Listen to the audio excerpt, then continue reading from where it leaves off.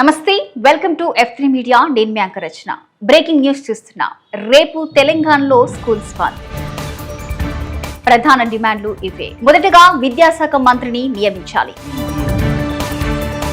రెండవది 27,000 పాఠశాలలను 4,000కి కుదించే ప్రతిపాదనను విరమించాలి. మూడవది పెండింగ్ స్కాలర్షిప్ ఫీజు రియంబర్స్మెంట్ ను విడుదల చేయాలి. నాలుగవది విద్యార్థులకు 2 జతల యూనిఫామ్స్ పాఠ్య పుస్తకాలు ఇవ్వాలి.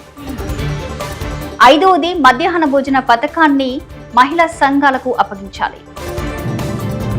ఆరవది ఖాళీగా ఉన్న టీచర్స్ లెక్చరర్స్ పోస్టులను భర్తీ చేయాలి. ఏడవది విద్యార్థులకు ఉచిత రవాణా సదుపాయం కల్పించాలి. ఎనిమిదవది ప్రైవేట్ ఫీజుల దోపిడీని అరికట్టాలి. ఇవి ప్రధాన డిమాండ్లకు రేపు తెలంగాణలో బంద్. ఇది ఇప్పటివరకు అప్డేట్. మరో అప్డేట్ తో మళ్ళీ కలుద్దాం. అప్పటి వరకు మా F3 మీడియా ఛానల్ ని సబ్స్క్రైబ్ చేసుకోండి. ఈ వీడియో నచ్చితే లైక్ చేయండి, షేర్ చేయండి. మీ అభిప్రాయాన్ని కామెంట్ రూపంలో మాకు తెలియజేయండి. Thank you.